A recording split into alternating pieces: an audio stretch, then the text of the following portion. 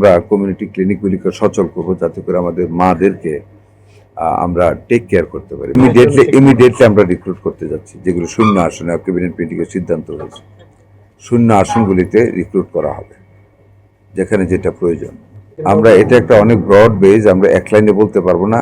এখানে আমরা care giver, মিডউইফার, তারপর ফ্যামিলি প্ল্যানিং ওয়ার্কার সমন্বয়ে আমরা কমিউনিটি ক্লিনিকগুলিকে সচল করবো, যাতে করে আমাদের মাদেরকে আমরা টেক কেয়ার করতে পারি। বিশেষ করে ধরেন অনেক মাদের breast cancer and uterus cancer হয় প্রাথমিকভাবে, যেটা নিজেরা চেক করতে পারে।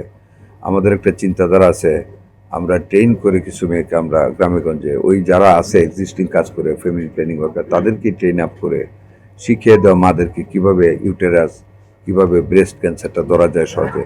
ধরলে তাদেরকে প্রাইমারি ট্রিটমেন্ট শুরু করার জন্য যে সাপোর্টটা দরকার, ওইটা আমরা সরকার থেকে দেব। সানশাইন আটা ময়দা সুজি, সারা বাংলাদেশ ব্যাপী আমরা শুরু করেছি এটা পরিচ্ছন্নতা অভিযান। পরিচ্ছন্ন থাকতে হবে। এখানে দেখেন, স্বাস্থ্য একটা বিশাল বড় ডিপার্টমেন্ট। অনেক হসপিটাল হয়ে আছে, মানে অপরিকল্পিতভাবে অনেক হয়েছে, মেনটেনেন্স নাই, মেশিন নাই, বেড নাই, পড়ে আছে। আমরা এগুলি সমীক্ষা করতেছি।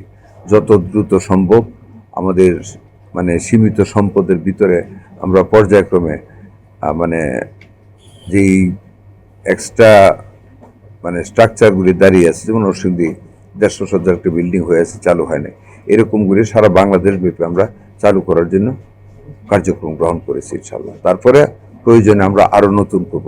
মোটামুটিভাবে আমরা স্বাস্থ্যের প্রত্যেকটা জায়গাতে আমরা প্রত্যেক মন্ত্রণালয়, বাট আমি যেহেতু স্বাস্থ্যের ইয়েতে আছি, মাননীয় প্রধানমন্ত্রীর মানে দিক নির্দেশনায় আমরা পর্যায়ক্রমে এগুলিকে কার্যক্রম শুরু করার দিকে নিয়ে যাচ্ছি।